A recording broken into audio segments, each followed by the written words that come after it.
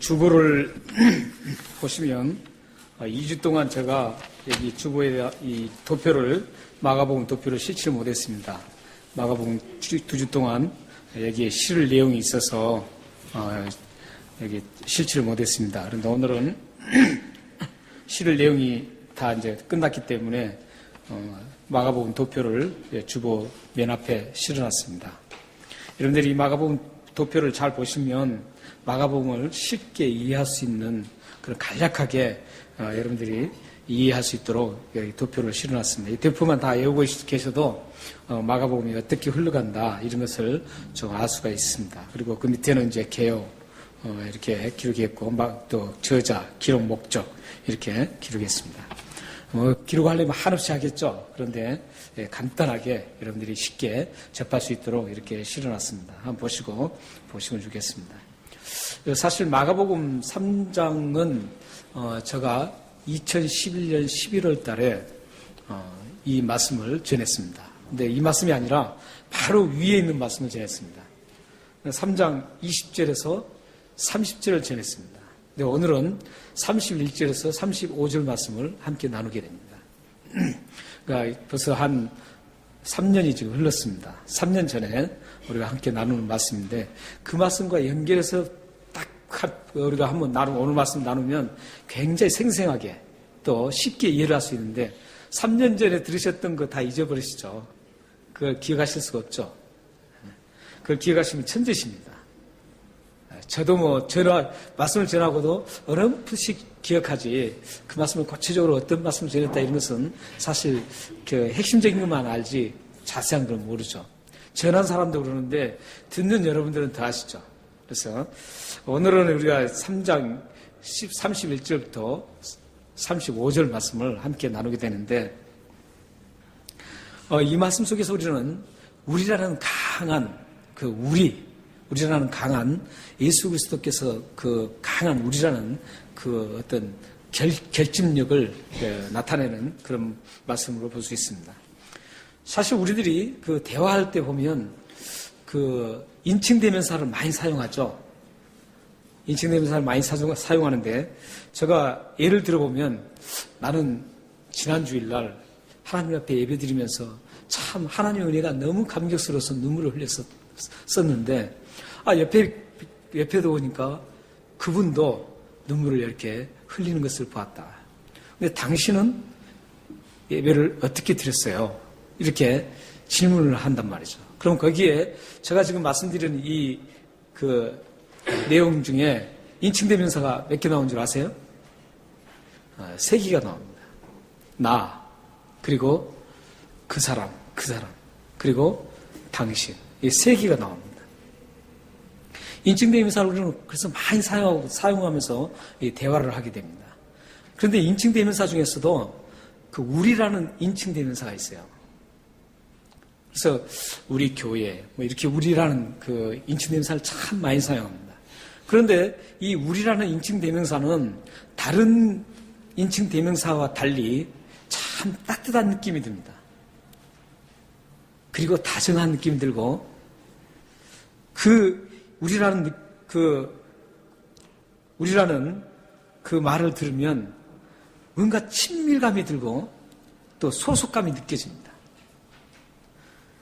뿐만 아니라 그 말을 듣는 순간, 우리라는 말을 듣는 순간 내면에 뭔가 하고 싶은 그 꿈틀거림이 일어나고 또 그 말을 들으면 살며시 미소를 짓게 됩니다. 이렇게 우리라는 그 단어를 듣는 순간 참 기분이 좋아지고 또 뭔가 적극적으로 뭔가 하고 싶은 그리고 편안한 느낌을 가져다 주는 게 이 우리라는 단어입니다. 그런데 이런 우리라는 그 단어가 가장 깊게 스며 있고 배어 있는 곳이 바로 가족입니다. 가족 속에 가장 우리라는 그 단어가 가장 결집력 있게 집약되어 있습니다. 그래서 가족하면 그 집약된 우리라는 그 집약을 깨뜨리려고 하는 사람은 그 사람은 큰 피해를 당하게 되고 그 가족이라는 그 우리라는 그 개념을 집약적으로 가지고 있는 그 가정은 아주 누구도 터치할 수 없는 그런 대단한 그 우리라는 개념이 강하게 스며들어 있는 곳이 가족입니다. 그 호칭을 봤을 때도 그렇죠. 호칭을 봐도 우리 어머님, 우리 부모님, 우리 엄마, 아빠, 또 우리 형, 누나, 우리 동생 이렇게 우리란 말을 해서 굉장히 강하게 결집을 시키고 있죠. 그런데 이 우리라는 말은 긍정적이고 적극적인 느낌이 주는 단어이지만 또 한편으로는 자칫 이기적으로 흐를 수가 있습니다. 이것을 조심해야 된다. 우리라는 말 속에는 다 좋은 말이 너무 많아요. 좋은 감정이. 그런데 딱 하나 조금 안 좋은 게 뭐냐면 우리라는 말 속에는 그 이기적으로 갈 수 있는 그런 확률이 참 많다는 게 이 결점입니다. 만약 가족에서도 우리라는 이 단어가 이기적으로 사용되면 그 가족은 굉장히 그 추하게 보입니다. 그리고 욕심스럽게 보입니다. 다른 가족하고 이렇게 비교했을 때, 우리 가족이다. 우리 가족만이다. 이렇게 하는 가정은 사실 어디 가도 별로 환영 못 받습니다. 그렇기 때문에 우리라는 단어가 가족에서 아주 자기들만이 다라는 어떤 이기적인 모습으로 사용될 때는 사람들이 그 가족에 대해서 환영하지 않습니다. 그렇지만 우리를 이기적으로 사용하지 않고 이타적으로 우리라는 이 가족 안에서 우리의 그 결집력을 다른 사람을 돕고 섬기고 다른 사람을 위해서 사용되어지면 그 가정은 굉장히 아름다운 가정이 됩니다. 그리고 모든 사람들로부터 사랑을 받게 됩니다. 여러분의 가정이 우리라는 그 결속력이 있어야 합니다. 여러분의 가족이 우리라는 결속력이 강하게 뭉쳐져 있어야 돼요. 그렇지만 그 결속력이 이기적으로 흘러가면 안 됩니다. 그 결속력을 다른 사람을 위해서 사용되고 다른 사람을 도와주고 세워주고 또 섬기는 이런 결속력으로 간다면 여러분들의 가정은 가장 하나님 보시기에 좋은 아름다운 그런 모습의 가정이 될 것입니다. 여러분들이 그런 가정이 되시길 바랍니다. 오늘 예수님은 말씀에서 새로운 개념의 가족을 등장시키고 있습니다. 예수님은 이 새로운 가정은 이기적인 가정이 아니라 가족이 아니라 이타적인 가족,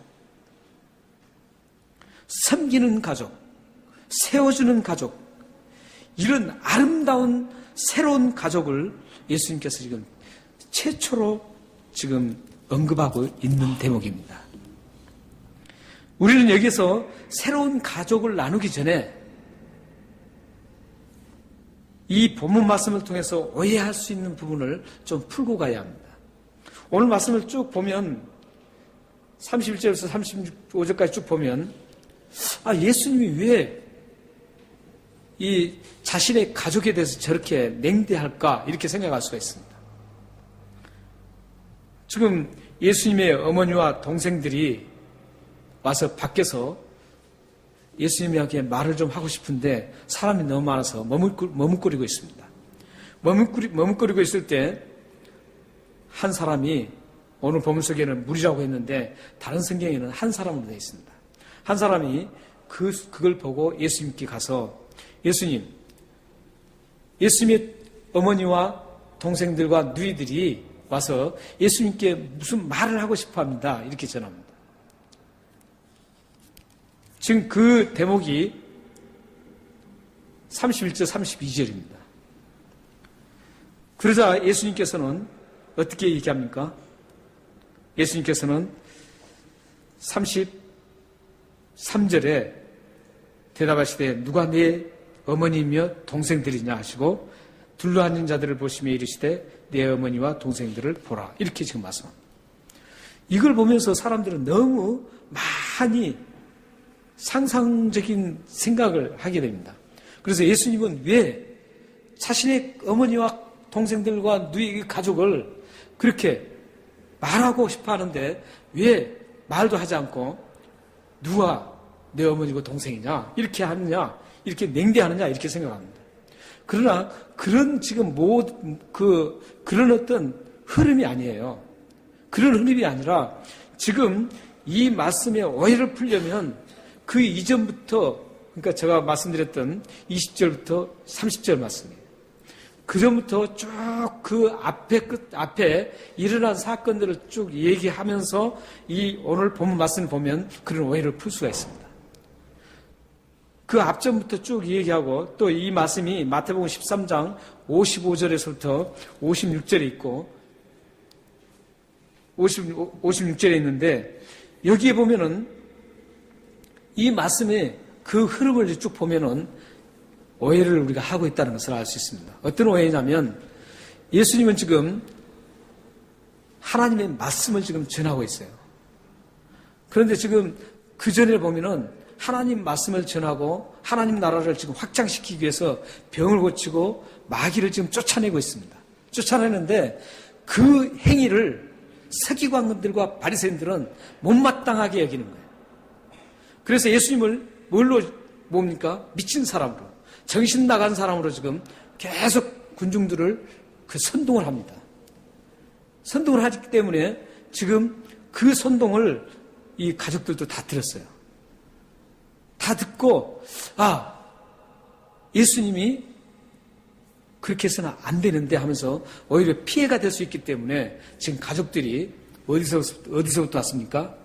예수님이 태어난 곳이 나사렛이죠. 나사렛에서 지금 어디예요? 지난주에 했죠? 가버나움입니다. 가버나움까지 지금 오는 겁니다. 이 거리는 약 64km입니다.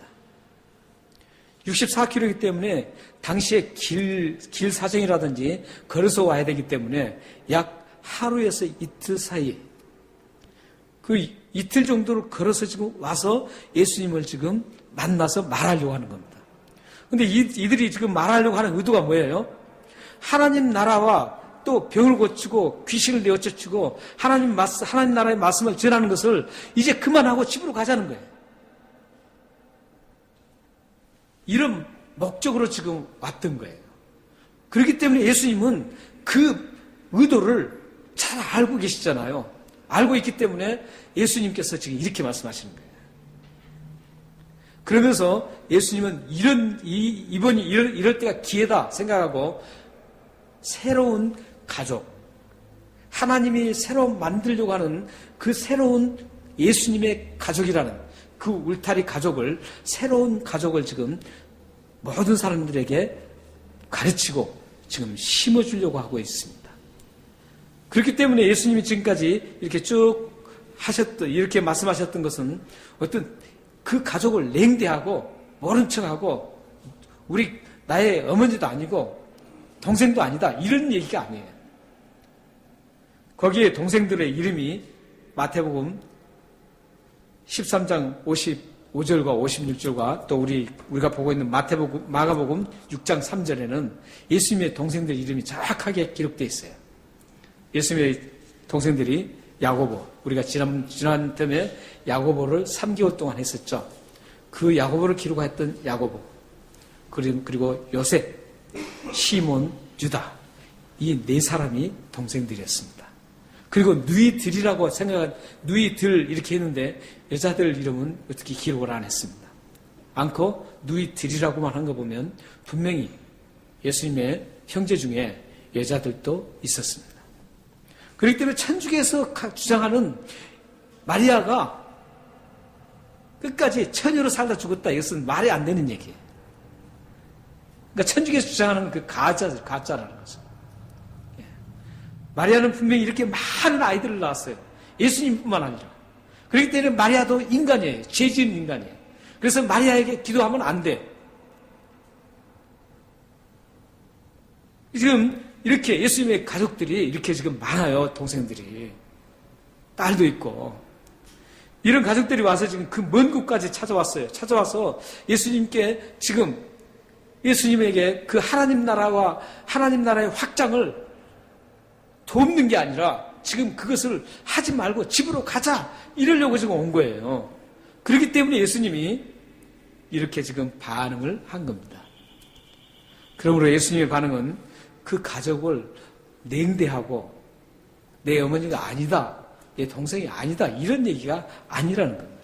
이런 오해를 우리가 풀고 오는 말씀을 함께 지금 봐야 합니다. 그러면서 예수님이 뭐라 그래요?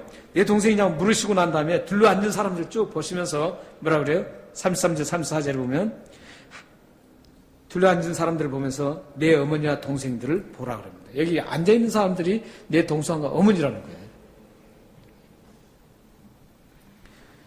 한마디로 예수님과 함께 앉아있는 그들이 하나님 나라의 가족이다라는 거예요.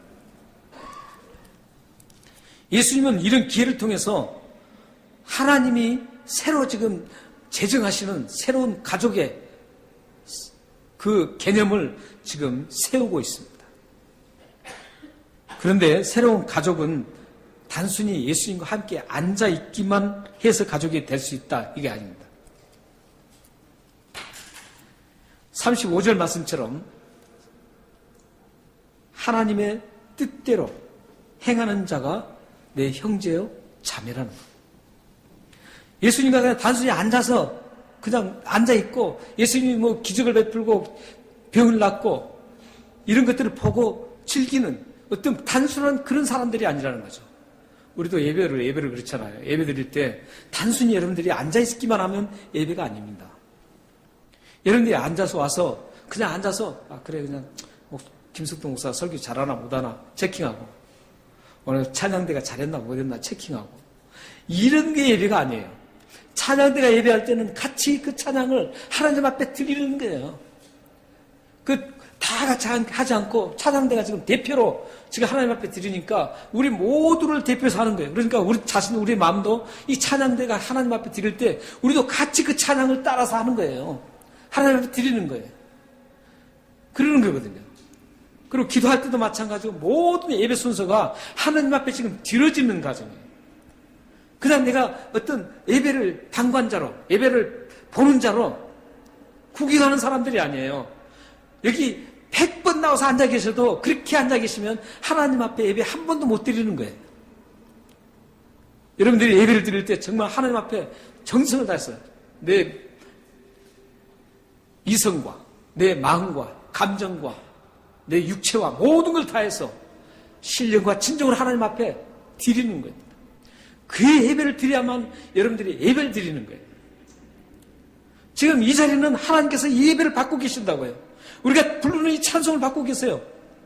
여러분 와서 오셔서 찬송 부를 때도 가만히 이렇게 계신다. 그러면 하나님 여러분들 예배 100번 와도 그 찬송 한 번도 듣지 않습니다. 물론 입을 벌리지 않아도 여러분들 마음속으로 그 가사를 하나님 앞에 드리면서 한다면 그건 가능해요. 그렇지만 그냥 객관적으로 와서 구경하는 것처럼 그냥 가만히 앉아서 이렇게 있다면 여러분들은 하나님 앞에 한 번도 찬양을 드리지 못합니다. 지금 이 사람들이 예수님과 들러 앉은 사람이 얼마나 많아요. 많지만 그 사람들 모두가 들러 앉았다고 예수님과 함께 앉아있다고 해서 그 사람들이 다 예수님의 가족이 된다는 거 아니에요. 예수님의 가족이 아니에요. 그 사람들이 다 예수님의 형제요 자매요 모친이 되지 않는 겁니다. 그곳에서 정말 예수님의 말씀을 믿고 예수님 말씀대로 그들을 따르는 사람, 이 사람만이 예수님의 가족이 될 수 있습니다. 그렇기 때문에 하나님의 뜻대로 35절은 그래서 하나님의 뜻대로 행하는 자가 내 형제요 자매라고 말을 하고 있습니다. 그런데 보세요. 어떤 사람이 예수님의 가족이 될 수 있다고 하는가 한번 보십시오. 우리 다 같이 35절 한번 읽겠습니다. 시작. 누구든지 하나님의 뜻대로 행하는 자가 내 형제여 자매여 어머니라. 누가 하나님의 형제가 어떤 사람이 하나님의 자녀와 형제가 된다고 합니까? 하나님 뜻대로 행하는 사람. 근데 하나님 뜻대로 행하는 사람은 어떤 사람이에요? 누구든지라는 거예요. 누구든지 하나님의 뜻대로 행하는 사람이 내 형제여 자매여 어머니가 된다는 거예요. 누구든지라는 겁니다. 누구든지 예수님의 가족이 될 수 있다는 거예요. 나이에 상관없이 누구든지 가족이 될 수 있습니다. 하나님의 뜻대로 행하기만 하면. 생김새와 관계가 없습니다. 저처럼 못생긴 사람이나 우리 백정윤 선생님처럼 잘생긴 분이나 뭐 관계없어요. 못생기든 잘생긴 생김새 관계없이 하나님의 뜻대로 행하는 사람이 예수님의 형제가 되고 자매가 되고 어머니가 된다는 겁니다. 새로운 지금 가족 개념이에요. 영적인 새로운 가족 개념을 지금 예수님이 말씀하고 있습니다. 가진 것 있건 없건 관계없어요. 하나님의 뜻대로 행하기만 하면 누구든지 예수님의 가족이 될 수 있어요. 품위 있게 행동하든 푼수처럼 행동하든 관계없어요. 어떤 사람은 그러죠. 저 사람이 왜 푼수처럼 행하느냐. 그게 아니에요. 그런 건 관계없다고요. 예수님의 가족이 되는데 그게 거침돌이 될 수가 없어요. 누구든지 예수님의 가족이 될 수 있습니다. 성격이 모나든 성격이 무난하든 누구든지 예수님의 가족이 될 수 있습니다. 사실 성격이 모난 사람이나 무난한 사람이나 사실은 별 차이가 없거든요. 그렇잖아요. 뭐하든지 인간을 비교해보면 뭐 별 차이 없어요. 차이가 별로가 없어요. 우리 인간끼리 막 차이가 많은 것처럼 생각합니다. 정말 하나님 보실 때는 차이가 하나도 없어요. 그래서 누구든지 하나님의 뜻대로 행하기만 하면 예수님의 가족이 될 수 있습니다. 그렇다면 어떤 사람이 하나님의 뜻대로 행하는 사람일까요? 하나님의 뜻대로 행하는 사람을 요한복음 6장 40절에서는 아들을 보고 믿고 영생을 얻는 사람, 이 사람을 하나님의 뜻대로 행하는 사람이라고 말씀하고 있습니다. 데살로니가 4장 3절에서는 거룩한 사람이 하나님의 뜻대로 행하는 사람이라고 분명하게 말씀합니다. 데살로니가 5장 11절, 18절 이제 좀 깁니다. 여기에서는 구체적으로 하나하나 목록을 대면서 하나님의 뜻대로 행하는 사람이 이런 사람이라고 지금 얘기합니다. 여기 지금 띄워놨습니다. 한번 우리 읽겠습니다. 자, 시작. 그러므로 피차 권면하고 서로 덕을 세우기를 너희가 하는 것 같이 하라. 형제들아, 우리가 너희에게 구하노니 너희 가운데서 수고하고 주 안에서 너희를 다스리며 권하는 자들을 너희가 알고 그들의 역사로 말미암아 사랑 안에서 가장 귀히 여기며 너희끼리 화목하라. 또 형제들아, 너희를 권면하노니 게으른 자들을 권계하며 마음이 약한 자들을 격려하고 힘이 없는 자들을 붙들어주며 모든 사람들에게 오래 참으라. 삼가 누구든지 누구에게든지 악을 악으로 갚지 말고 서로 대하든지 모든 사람을 대하든지 항상 선을 따르라. 항상 기뻐하라. 쉬지 말고 기도하라. 범사에 감사하라. 이것이 그리스도 예수 안에서 너희를 향하신 하나님의 뜻이니라. 하나님 뜻이. 그러니까 이것들을 행하는 사람은 하나님의 뜻을 행하는 사람들입니다. 이 지금 많은 말씀을 드렸잖아요. 몇 가지 말씀을 했는데 이걸 좀 간단하게 말씀드립니다. 하나는 예수님을 믿고 영원한 생명을 얻는 사람, 이 사람이 하나님의 뜻을 행하는 사람이라는 거예요. 요한복음 6장 40절이에요. 그리고 이제 오늘 말씀 전체적으로 보면은 예수님을 믿었으면 예수님 믿은 사람처럼 살아가는 그 모습으로 살아가는 그 모습이 하나님의 뜻대로 행하는 사람이라는 거예요. 그러니까 두 가지죠. 구원과 삶이에요. 구원받았다고 하면서도 하나님 보시기에 좋지 않는 것들을 그냥 마구잡이로 한다면은 그 하나님의 뜻대로 행하는 사람이 아니에요.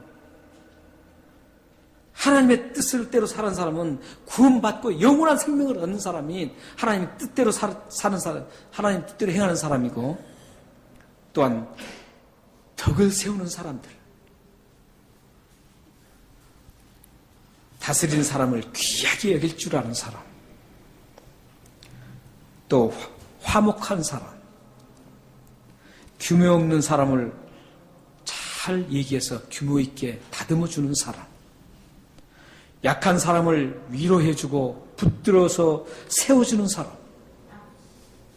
모든 사람에게 오래 참는 사람, 선을 좋아하는 사람, 기뻐하고 기도하고 모든 일에 감사하는 사람, 이 사람들이 하나님 뜻대로 행하는 사람, 이런 분들이 뭐라고요? 예수님의 가족이라는 겁니다. 구약시대는 하나님의 가족이 되려면 어땠어야 되냐면 이스라엘 백성으로 태어나야 돼요. 이스라엘 백성으로 태어나야만 구약시대는 하나님의 자녀라고 백성이라고 했습니다. 그러나 신약시대 예수님께서 십자가에 죽으시고 예수님께서 구원을 완성한 이후에는 예수를 믿는 사람처럼 살려고 몸부림치는 사람들, 이런 사람들이 곧 하나님 뜻대로 행하는 사람이고, 하나님 뜻대로 행하는 사람이 곧 누구예요? 예수님의 가족의 일원이 되는 겁니다.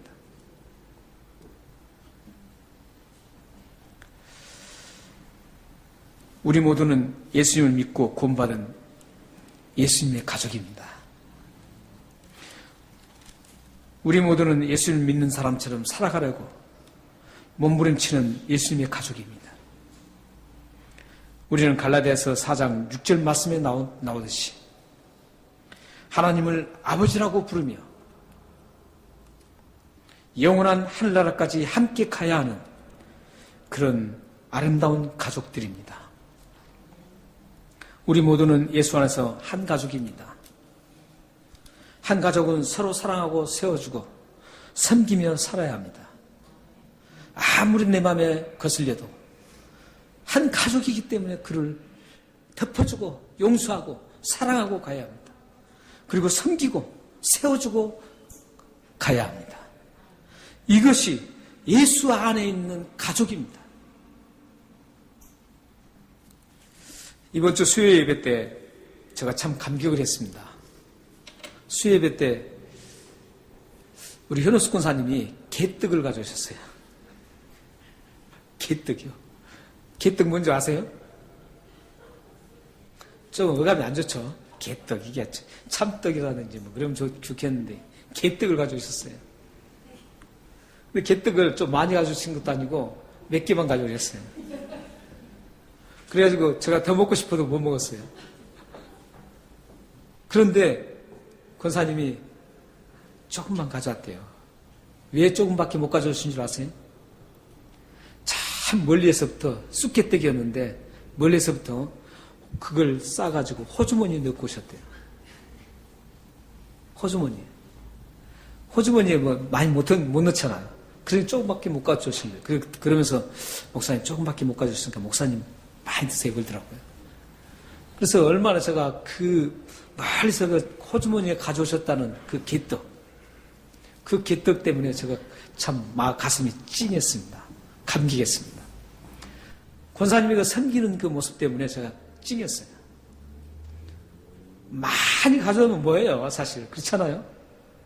그런 섬김의 그 모습, 사랑하는 그 모습, 그 모습에 감격하는 것이죠.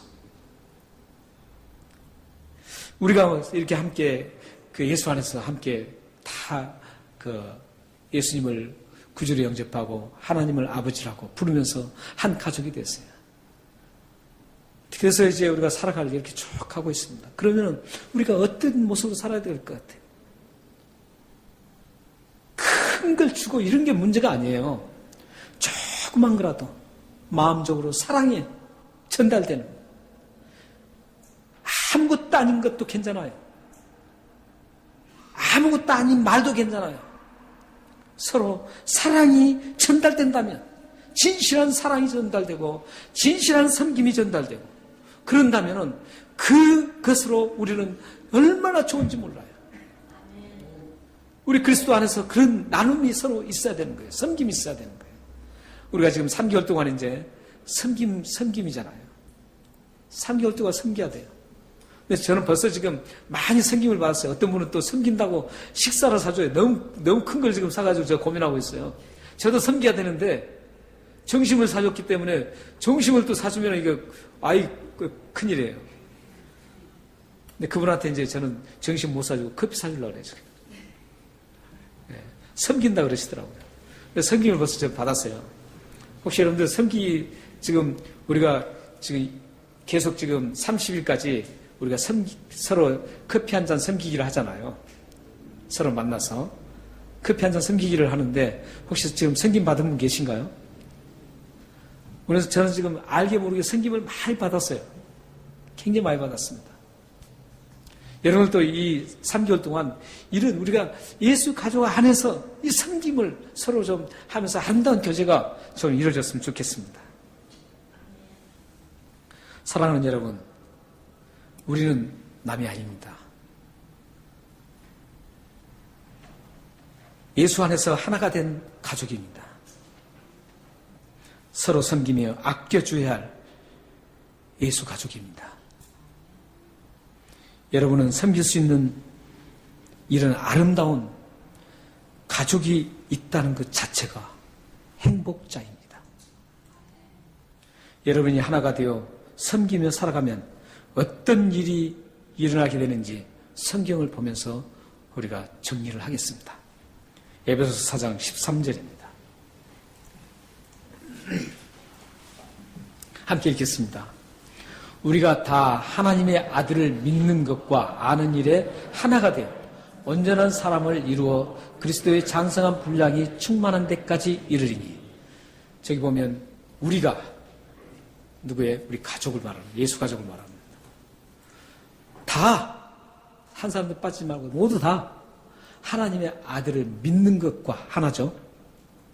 아는 일 저것은 그냥 지식을 얘기한 것 같은데 제가 항상 말씀드리지만 성경에 안다는 것은 뭐까지 따라간다 그랬어요? 그거 알고 끝난다 그랬어요? 아니에요. 성경에 안다는 그 의미가 나오면 그것은 무조건 어떤 의미를 가지고 있냐면은 그것을 습득하고 난 다음에 생활로 그걸 이루어 나가는 것을 안다고 합니다. 세상 지식은 아는 거에 끝나잖아요. 그렇지만 그렇지 않아요. 성경은 예를 들어서 사랑하라 그러면 그것을 사랑한다, 안다 이게 아는 게 아니에요. 성경이 안다는 것은 사랑하라는 것을 딱 알고 난 다음에 사랑할 때 그게 끝나는 겁니다. 안다는 게 끝나는 거예요. 그렇기 때문에 지금 두 가지예요. 아까 제가 말씀드린 건 두 가지입니다. 믿는 것 그리고 아는 일은 삶입니다. 삶. 이 믿는 것과 그리스도인답게 사는 그 삶이 하나가 되어서 온전한 사람을 우리가 모두 이루어서 어떻게 돼요? 장성한 분량에 이르는 충만한 데까지 이른다는 거예요. 이것은 한마디로 말씀드리면 여러분의 신앙 성장을 하려면 우리 서로 함께 모두 섬기고 삶을 나누고 예수를 믿는 거 우리는 이미 끝났잖아요. 예수 안 믿는 분 계세요? 예수 안 믿는 분 계시면 지금 예수님 믿으세요. 그리고 예수님을 믿는 사람은 이 삶의 나눔이 함께 이루어져야 됩니다. 이렇게 나눠지면 어떤 일이 일어나요? 신앙 성장이 어마어마하게 이루어진다는 거예요. 저 장성, 그리스도의 장성한 분량까지 끝까지 간다는 거예요. 충만한 데까지 이룰 수 있다는 거예요. 어떤 분들은 그래요. 내 신앙은 왜 이렇게 안 자랄까? 이렇게 고민하는데 그 고민한 분들은 오늘 당장 저 말씀을 깊이 묵상하세요. 나는 왜 신앙이 일어나나? 나에게는 왜 은혜가 없나? 그런 사람들은요, 다 대부분 자신은 돌아보지 못하고 남의 탓을 하고 있는 거예요. 자신이 저렇게 예수님을 잘 믿고 자신의 삶 속에 예수 믿는 사람처럼 잘 살아가고 서로 섬기고 도와주고 함께 이렇게 하나가 되어서 간다면, 이 가족 안에서 하나가 간다면 신앙 성장은 하지 말라고 해도 하게 돼 있어요.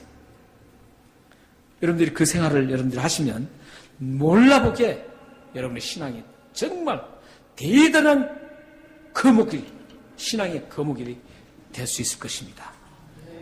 기도하겠습니다.